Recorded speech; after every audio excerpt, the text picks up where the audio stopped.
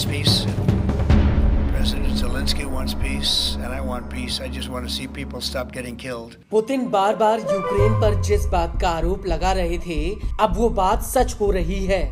दरअसल रूस का कहना था कि यूक्रेन अपने पैरों पर नहीं खड़ा है, बल्कि वो अमेरिका की एक कठपुतली के रूप में काम कर रहा है, जो वॉशिंगटन के इशारे पर नाच रहा है। President Putin wants peace, and President Zelensky wants peace, and I want peace. I just want to see people stop getting killed. और इसी वजह से रूसी सेना ने अमेरिका को यूक्रेन से खदेड़ने के लिए और अपनी रणनीतिक सुरक्षा सुनिश्चित करने के लिए यूक्रेन पर हमला किया था।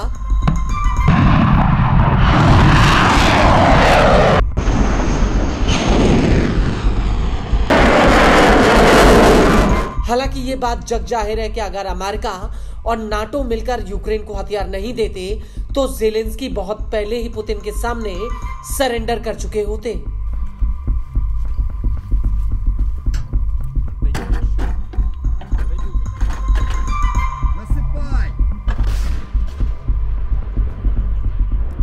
और यही वजह है कि जिस युद्ध विराम बातचीत को ज़ेलेंस्की को करना चाहिए था, वो बातचीत अब ट्रंप करने जा रहे हैं।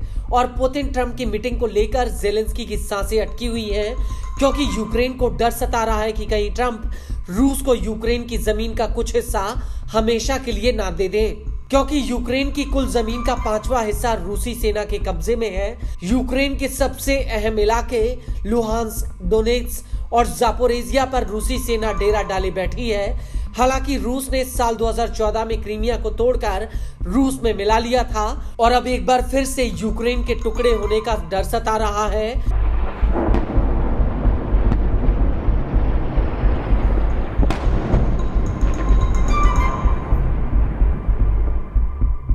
क्योंकि अमेरिकी राष्ट्रपति डोनाल्ड ट्रंप ने इस बात की पुष्टि कर दी है कि वो राष्ट्रपति पुतिन के साथ संभावित जमीन की अदला बदली पर चर्चा करेंगे, जिससे यूक्रेन युद्ध को अलास्का समिट के दौरान ही खत्म किया जा सके।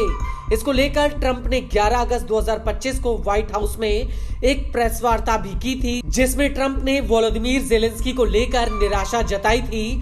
Every Russian war criminal faces justice, including Putin.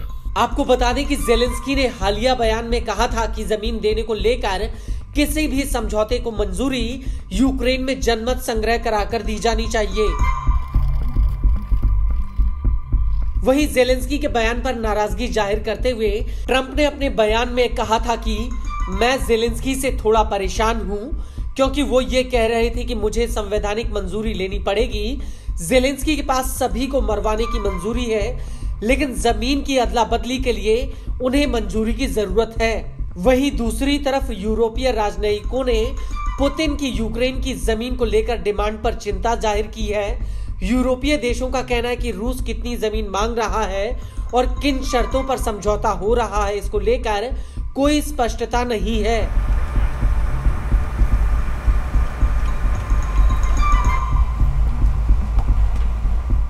वहीं कुछ लोगों को डर सता रहा है कि पुतिन से नजदीकियां होने की वजह से ट्रंप एक जोखिम भरा समझौता कर सकते हैं। हालांकि जमीन को लेकर ट्रंप पहले ही कह चुके हैं कि दोनों पक्षों को समझौता करना पड़ेगा।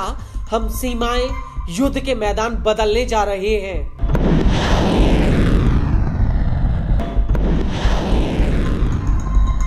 लेकिन इस मीटिंग की वजह से पूरे यूरोप में हड़कंप मचा हुआ है, क्योंकि यूरोप पहले ही कहता आया है कि पुतिन के कदम सिर्फ यूक्रेन तक नहीं रुकेंगे, बल्कि वो यूक्रेन से निकलकर दूसरे यूरोपीय देशों पर हमला कर सकते हैं। और यही वजह है कि जर्मनी के चांसलर ने ट्रंप से वर्चुअल वीडियो कॉल पर बात करने की गुजारिश की है। इस बातचीत में ज़ेलेंस्की भी शामिल हो सकते हैं।